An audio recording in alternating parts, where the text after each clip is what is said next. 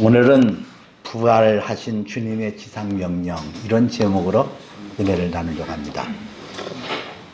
우리나라 청년들이 국방의 의무를 따라 성년이 되면 군대 입대하지요. 근데 군대 입대하게 되어지면은 머리카락을 짧게 깎고, 그리고 군복 갈아입고, 연병장에서 차렷 열중샷 뒤로 돌아가 의양 앞으로 가, 뭐 이런 거 훈련 받아요. 그리고 경례하는 거 훈련 받고. 그거 왜 그러죠? 하나예요. 군인 정신을 심어주는 거예요. 군인 정신의 가장 큰 원리는 이게 상명하복. 위에 사람이 명령하면은 그 명령을 따른다는 거죠. 근데 군대가 그 상명하복의 원리를 따라가게 되어지면은 군대 생활이 참 나는 좋더라고요.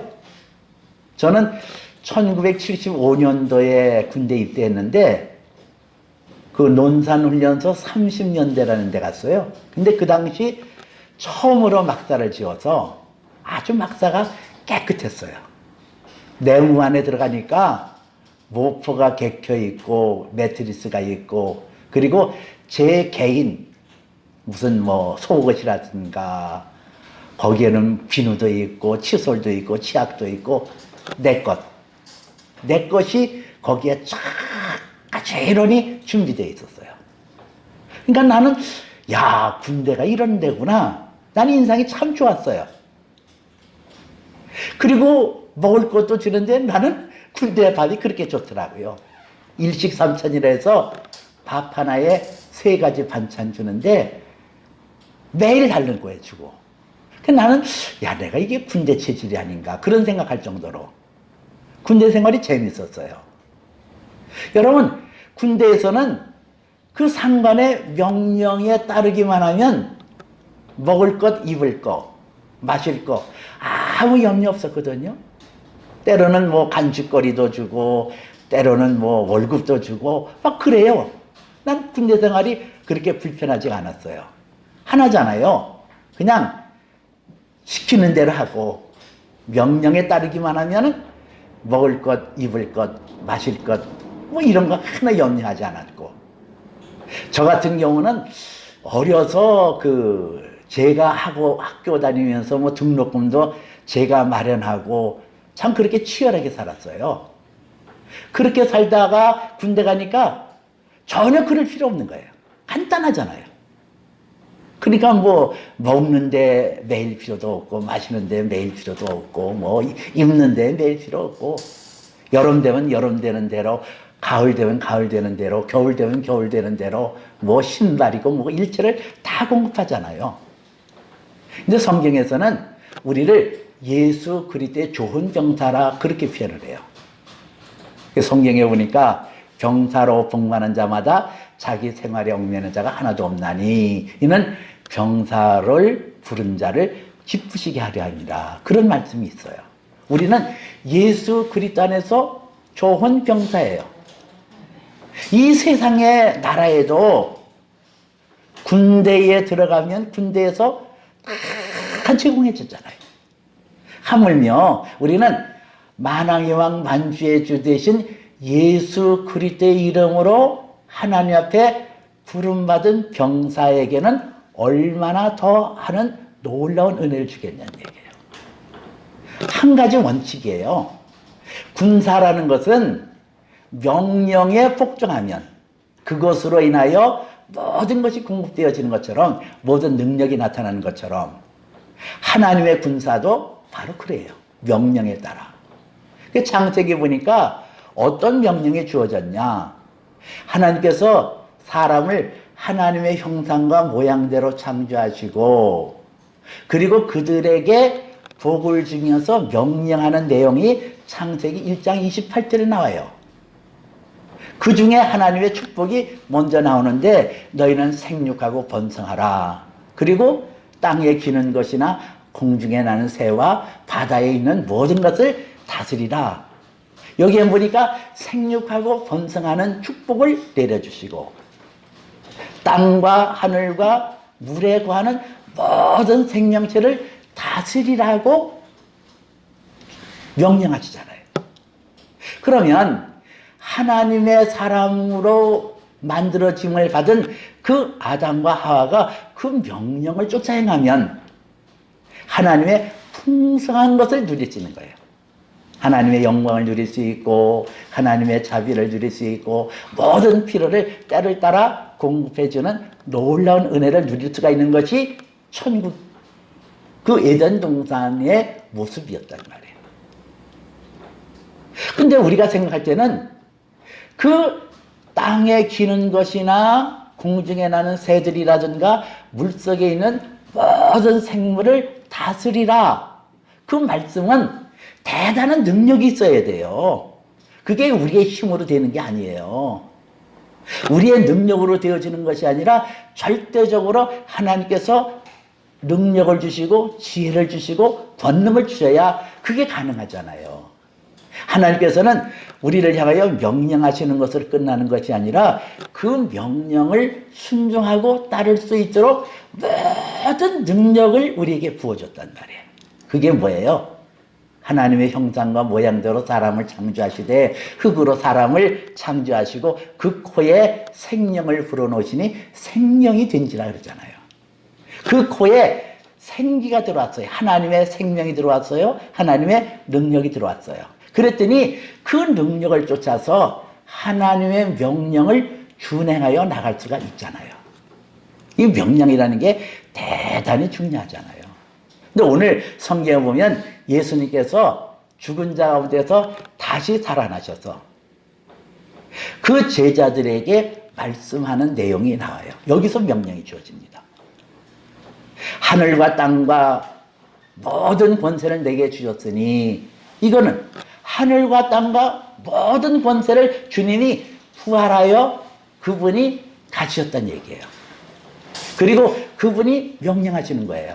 근데 오늘 성경에 보면 예수님께서 갈릴리로 가셔서 갈릴리 산에 오르셨을 때에 제자들이 그를 보고 경외한다 그랬어요. 경배했다 그랬어요.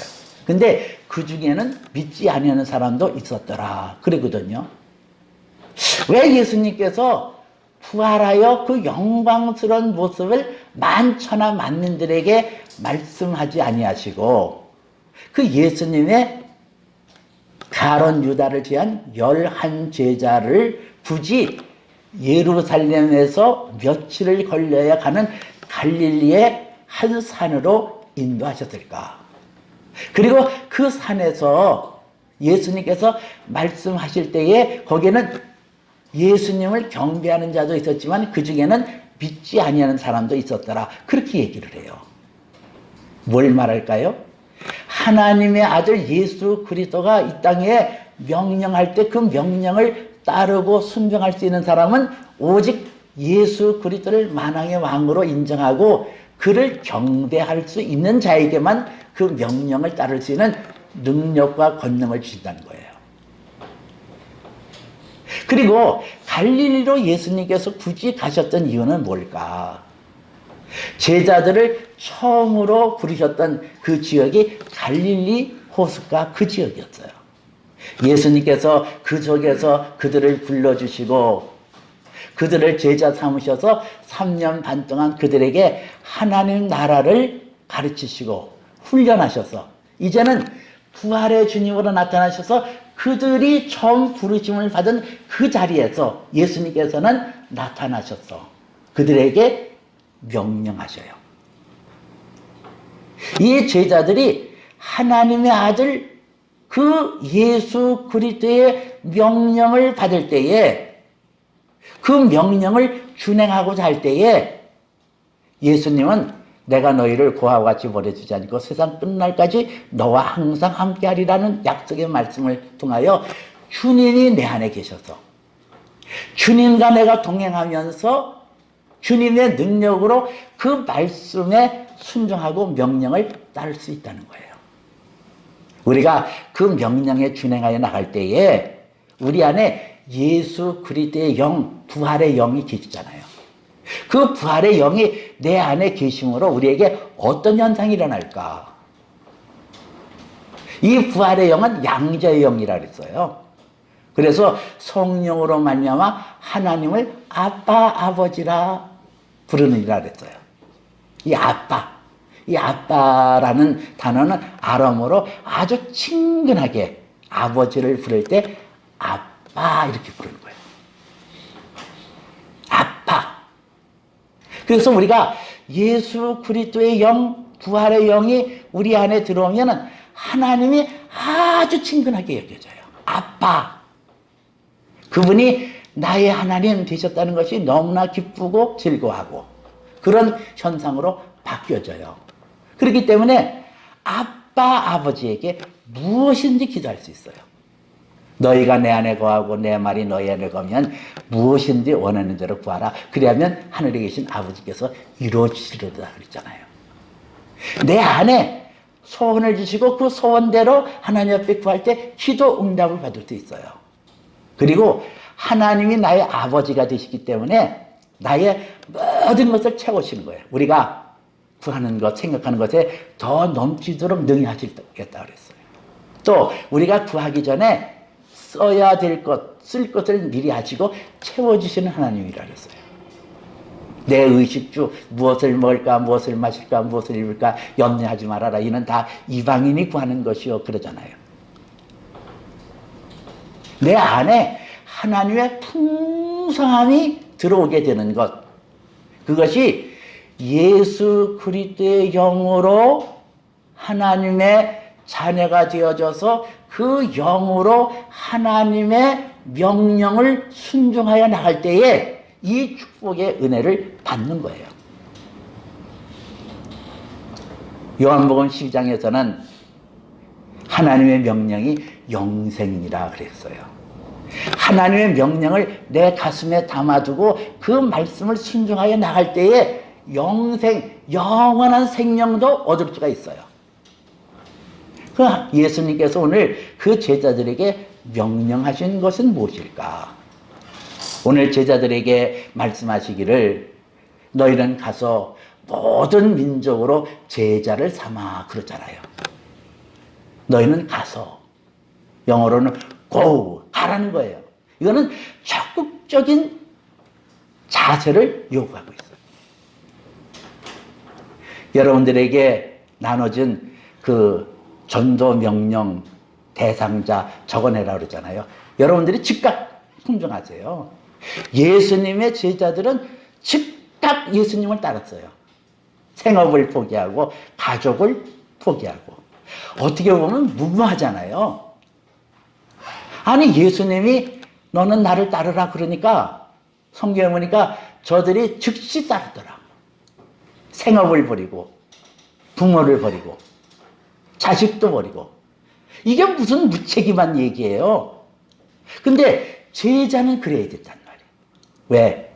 하나님의 명령이 이 세상에 어떤 무엇보다도 어떤 사건, 어떤 이유보다도 가장 우선시 돼야 되니까 그래요. 하나님의 명령이니까. 이 제자들이 예수님의 부름에 즉각 명하여 따랐던 것처럼 우리가 가서, 그거는 적극적인 자세로 가야 되는 거예요.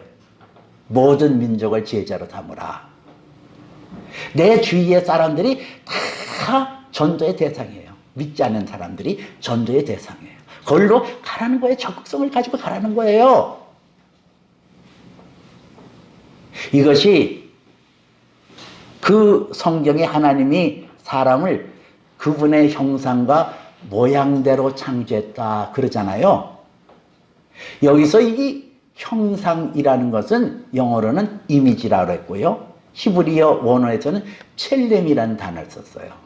그것은 예수 그리스도의 품성, 예수 그리스도의 인격, 예수 그리스도의 모습이 이미지예요. 근데 모양이라는 것은 영어로 likeness. 이것은 히브리 말로 테무트라는 단어를 썼는데요. 이것은 어떠한 그 모양, likeness, 어떠한 그릇과 같은 거예요.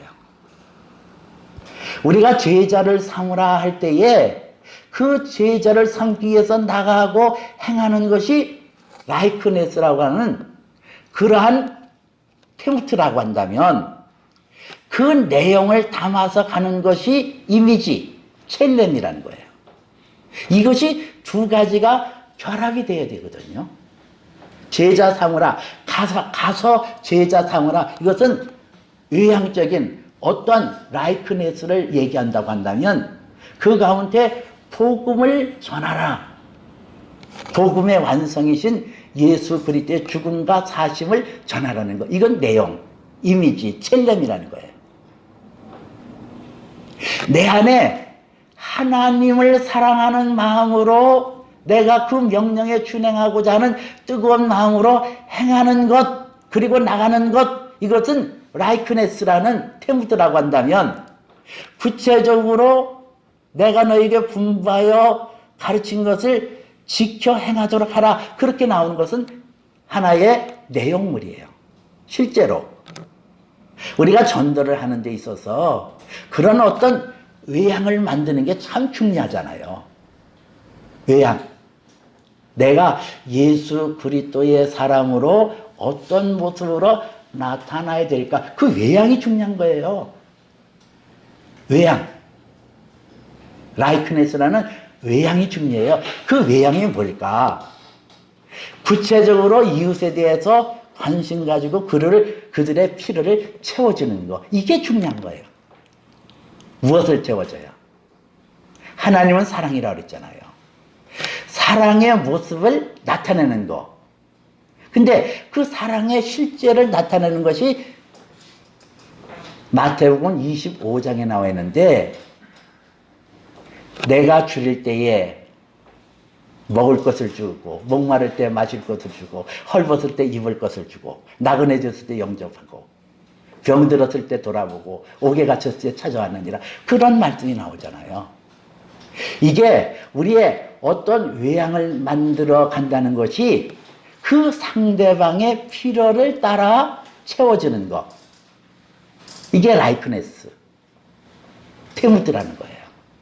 이것을 우리가 행하라는 거예요. 이것을 나타내는 거예요. 그 다음에 거기에 우리가 채워야 되잖아요. 복음의 실제. 그 복음이 뭔가요? 고린도전서 15장에서는 예수 그리스도께서 우리의 죄를 위하여 죽으시고 장사 지낸 데가 되었다가 사흘 만에 살아나셨느니라. 이게 복음의 핵심이에요. 예수님의 죽음, 예수님의 사심. 그러니까 내가 예수 그리스도의 죽음과 사심을 어떻게 적용하는가? 말과 어떤 행위로만 되어지는 게 아니라 실제가 되어야 되잖아요.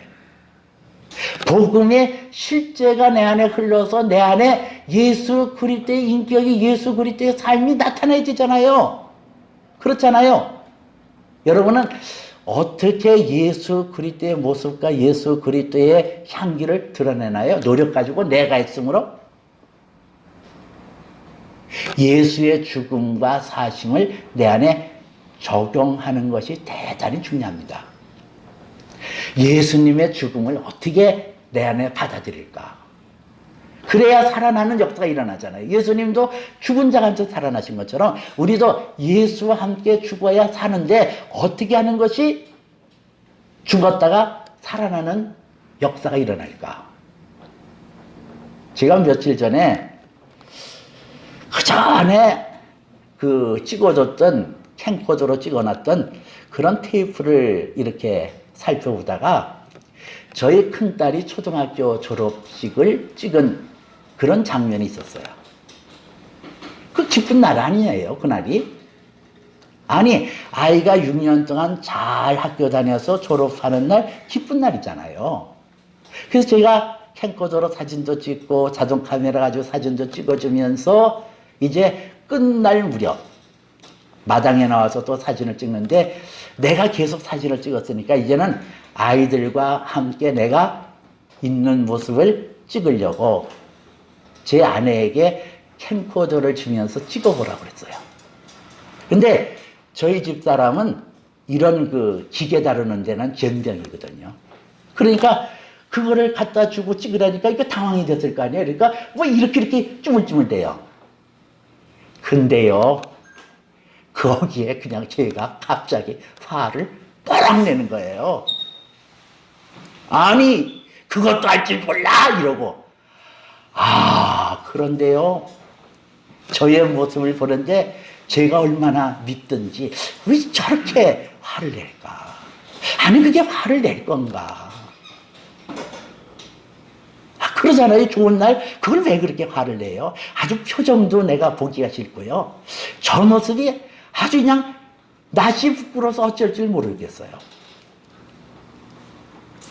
그래서 제가 그 영상을 큰딸에 보여줬더니 안 나다니까 우리 딸도 아빠가 왜 엄마를 이렇게 윽박지르냐고 당장 반응이 나오더라고요. 근데 가만히 돌이켜보니까요, 저에게는 그런 품성이 있어요. 갑자기 우르르 화를 내는 환경도 아니고 화를 내는 여건도 아닌데 갑자기 화를 벼락 끌어내고 인상이 사나워지면서 그 고모댁에 어려서 떨어져 가지고 그때 입은 상처, 채워지지 못하는 사랑의 굶주림, 그런 것들이 안에 노염으로 쌓여서 어른이 되어서도 그것이 처리가 되지 못하고 우르륵 나오는 거예요. 여러분, 보통 사람들은 이러한 성향을 죄라고 인식하지 않아요. 그래서 그거를 내 스스로 없이 하고 내가 노력해서 벗어버리려고 그래요. 그래가지고 없어지는 거 아니거든요. 그래가지고 그 성품이 사라지는 거 아니거든요. 예수 앞에 나와서 예수님 앞에 죽어야 되는 거예요. 그게 죽는 게 뭐예요? 예수님의 십자가 앞에 나와서 나의 그 추하고 더럽고 악한 모습을 고백하는 거, 그게 회개예요. 그럴 때에 그것이 하나님의 은혜로 하나 둘씩 사라지기 시작하는 거예요. 요즘 내가 제 아내에게 물어봤어요. 요즘도 이렇게 내가 화를 벌컥벌컥 내냐고. 그랬더니 뭐라고 얘기했냐면은, 당신이 그렇게 계속 나갔으면은 애들 시집 보내고 다 하고 내가 도망갔지, 같이 살겠어? 그러더라고요. 여러분, 이게 예수와 함께 죽었다는 것은 내 악한 모습, 나의 추한 모습을 십자가 앞에 나가서 고백하고 회개할 때 내 안에서 그런 것이 예수와 함께 죽은 거예요. 내가 그리스도 예수와 더불어 나의 정과 욕심을 십자가에 못 박았나니, 그러잖아요. 이제는 내가 선 것이 아니요 내 안에 그리스도께서 사신 것이라. 내 안에 예수 그리스도가 그때 살아나는 거예요. 죄에 대해서 죽을 때 예수의 부활의 영, 성령이 내 안에 와서 나를 다스려 가서 내 안에 예수의 형상, 예수의 모습이 나타나는 거예요. 그러면서 부활의 확증을 받게 되고 죽어도 살겠고 하는 말씀이 믿어지고 천국에 대한 소망이 생기는 것, 이것이 예수 그리스도와 함께 십자가에 나 자신을 죽고 예수와 함께 사는 것, 이것이 날마다 생활에 되어지고 날마다 내 안에 나타날 때에 내 안에 예수의 모습이 나타나고 다른 사람에게 예수를 보여줄 수 있거든요. 세상 사람들은 하나님을 보여달라고 그래요. 근데 하나님은 저와 여러분을 통해서 그 하나님이 어떤 분이신 것을 우리에게 나타내기를 원하셔요. 우리가 왜 이 부활의 주님의 명령을 따라야 될까? 모든 족속으로 제자를 삼아 아버지와 아들과 성령의 이름으로 세례를 주고 확증받는 믿음의 사람으로 세움을 받고 내가 너에게 분부한 것을 가르쳐 지키게 하라, 그러잖아요. 이 명령을 왜 준행해야 될까? 그것은 목회자와 선교사에게만 해당하는 걸까? 아니에요. 여러분들이 예수 그리스도로 말미암아 부활의 영광에 참여했다고 한다면 그 부활의 주님의 명령을 여러분들이 순종해야 돼요. 이 부활의 주님이 우리에게 마지막으로 이 명령을 하시고 제자들이 보는 앞에서 두둥실 떠가 승천하셨거든요. 그래서 이 명령을 지상명령이라 그렇게 얘기를 하는 거예요. 영어로는 Great Commission, 아주 지극히 큰 명령 중에 명령. 그것이 바로 이 예수 그리스도의 제자 삼으라. 복음을 전파하라. 이것이 지상명령이라니까요. 이 명령을 우리가 순종할 때에 우리는 예수 그리스도의 마음을 알 수가 있어요. 이 명령을 따를 때. 여러분, 누구를 전도한다고 생각해서 나가보세요. 참 나는 죽고 그래야 되거든요. 간혹가다 이런데 내가 왜 이렇게 치사하게 이래야 되나? 그런 생각도 있어요. 누가에게 전도하려고 하면 그 사람들에게 가서 상냥하게 대해야 되지, 그 사람의 비율을 맞춰야 되지, 뭐 이러니까 아니 내가 이거 해서 돈이 나와, 뭐가 나와, 내가 왜 이 짓을 해야 되나? 그런 갈등이 있다니까요. 근데 전도를 행하여 나갈 때에 내 안에 예수의 마음이 생기는 거예요. 너희는 이 마음을 품으니 다 그 그리스도의 마음이니 그는 본체 하나님이시로되 하나님과 동등됨으로 여기지 아니하고 오히려 자기를 비워 종의 형체를 가지시고 십자가에 죽기까지 복종하셨더니 그 다음 기절에 뭐가 나와요? 그렇게 복종하셨더니 하나님께서 저를 지극히 높여 하늘에 있는 것이나 땅에 있는 것이나 땅 아래 있는 것들이 그 이름 앞에 다 무릎을 꿇고 주라 신하게 하시느니라. 여러분, 전도할 때 이런 역사가 일어난다니까요.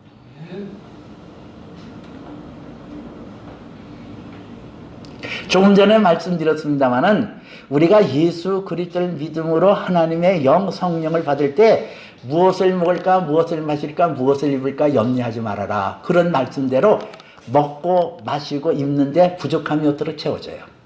그런데 솔직히 여러분 마음을 들여보세요. 아마 그거 가지고 흡족하다는 분은 없을걸요.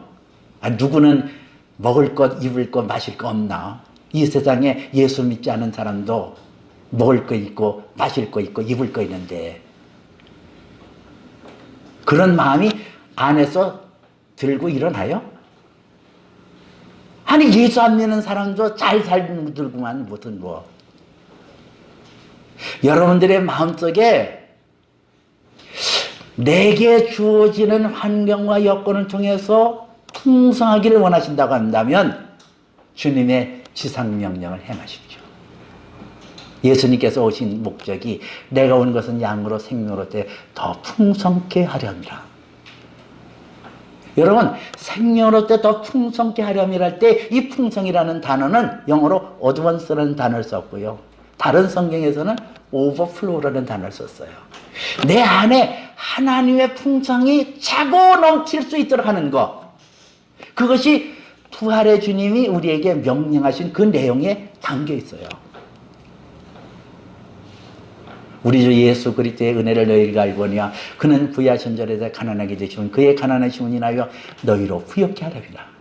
여러분, 이 세상에서 부자 되기를 원하십니까? 만약에 여러분들이 하나님의 명령을 준행하지 아니하고 내가 부자 될래, 나 풍성하게 살래, 그러면은 그 자체가 욕심이 돼요. 그 자체가 욕심이 되고 탐심이 된다니까요. 탐심이 우상 숭배니라 그랬잖아요. 그게 탐심이 되고 우상 숭배가 되는 거예요. 그러나 내가 하나님, 나 전도해요. 나 예수를 나타내기를 원해요. 예수를 증거해야 돼요. 근데 저들이 목말랄 때 마실 것을 주고 헐벗을 때 입을 것을 주고 저들이 줄일 때 먹을 것을 줘야 돼요. 병들었을 때 돌봐야 돼요. 나그네 된 자들은 영접해야 돼요. 그러니 나에게 돈 주세요. 그래 보세요. 한번. 한번 그렇게 노골적으로 한번 기도해 보시라니까. 어떤 전도 대상자가 헐벗고 있어요. 그래서 입을 옷을 줘야 돼요. 근데 나는 간신히 먹을 거, 입을 거, 마실 거만 살아요. 근데 그에게 줘야 돼요. 주여, 아브라함에게 약속하신 대로 복의 통로가 된 것처럼 나에게도 복의 통로가 되어서 저들에게 피를 태워주면서 이 전도하게 주세요. 그렇게 기도해 버리니까요.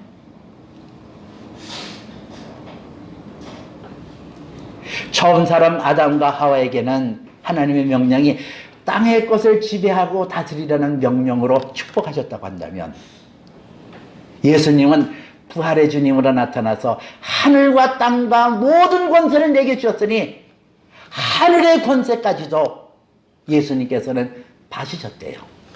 그 권세를 우리에게 주셨어요. 어떤 자에게? 하나님의 명령을 행하는 자에게. 오늘 나눠드린 그 한번 보세요. 이렇게 거기에 순종하세요. 여러분들이 영혼이 잘된 같이 범사가 잘되고 강건한 축복의 은혜를 받으려면은 예수님의 명령에 순종해야 돼요. 지상명령, 최고의 명령. 남의 일이 아니라 나는 부활의 주님의 영광을 누리기를 원합니다. 그분의 풍성한 세계 속에 들어가기를 원합니다. 그러면 예수님께서 가서 모든 민족으로 제자를 삼으라. 그 말씀에 순종해야 된다니까요. 가요. 안 된다, 할 수 없다 그러지 말고 가시라니까. 전도의 현장으로 가시라니까. 그리고 기도하시고 구하고 그러면서 예수 그리스도의 마음을 품게 되고 예수 그리스도의 그 은혜를 거기서 체험하라고. 예루살렘을 떠나지 말고 아버지께서 약속하신 바 성령을 기다리라. 너희가 몇 날이 못되어 성령을 받으니 성령이 너희에게 마시면 너희가 권능을 받고 예루살렘과 온 유다와 사마리아 땅까지 이르러 내 증인이 되리라. 여러분, 전도할 때 성령께서 우리에게 임하시는 거예요. 내가 누구를 전도하려고 합니다. 성령이요, 나와 함께 해주세요. 그렇게 기도해야 말씀대로 이루어지잖아요. 미루지 마세요. 전도 대상자 다 써서 내시고 저도 기도하고 여러분도 기도하고.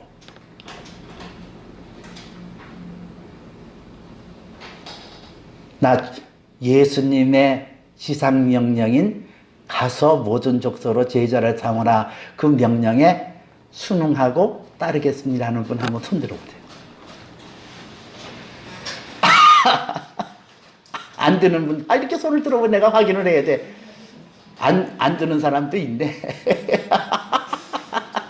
여러분, 억지로 하는 거예요. 십자가는 억지로 지는 거예요. 하기 싫어도 하는 거예요. 왜? 내 육체는 하나님의 명령에 거슬려요. 내 육신의 소욕은 성령의 소욕을 거스리고 성령의 소욕은 육신의 소욕을 거스르는 이 둘이 서로 대적함으로 그 원하는 것을 행치 못하게 하는 일이잖아요. 이 전도에 대한 대개 거부 반응이 있고 하기 싫을 테니까 하세요. 구레네 사람 시몬이 억지로 십자가 진 것 같죠? 하세요. 싫어요 그래도 하세요. 지금은 구원의 날이에요. 지금은 은혜의 날이에요. 여러분, 하나님의 지상명령, 가서 모든 민족으로 제자를 삼아 아버지와 아들과 성령의 이름으로 세례를 주고 내가 너에게 가르쳐 분부한 것을 지키게 하라. 가르쳐 지키게 하라. 이것을 우리가 내 마음에 새기고 전도함으로 하나님의 충만한 축복의 역사가 일어나길 원합니다. 여러분 가운데 재벌이 나타나고, 이게 지금 이북의 문이 열려요. 보세요. 이북의 땅에 이제 복음을 전파해야 되거든요. 저들에게. 우리 교회가 그 사명이 있어요. 저들에 가서 먹을 거 주고 입을 거 주고 마실 거 주고, 저들이 병들었을 때 돌봐줘야 돼요. 그 돈이 있어야 돼요. 그냥 가면 안 돼요. 그 라이크레스라는 그러한 모양을 가지고 가서 복음을 전해야 된다니까요. 가서 내용만 전해가지고는 안 돼요. 그 그릇을 만들어야 된다니까요. 외양을 만들어야 된다니까요. 우리 교회 젊은 청년이 이 불황에 엄청난 수입을 올리는 걸 들어보니까 이제는 돼간다 이렇게 막 기뻐요. 여러분, 하나님의 명령을 따라 순종하는 것이 하나님께서 예비한 축복을 받는 지름길이라는 사실을 기억하시길 바라요. 하나님의 축복은 그냥 이루어지는 게 아니라 반드시 뿌린 다음에 거둬요. 이런 은혜가 저와 여러분에게 차고 넘치게 임하시기를 주님의 이름으로 축복해 드립니다. 기도합니다. 자비로우신 아버지 하나님, 예수 그리스도는 죽은 자 가운데서 다시 살아나셨습니다. 부활의 주님으로 우리에게 명령하셨습니다.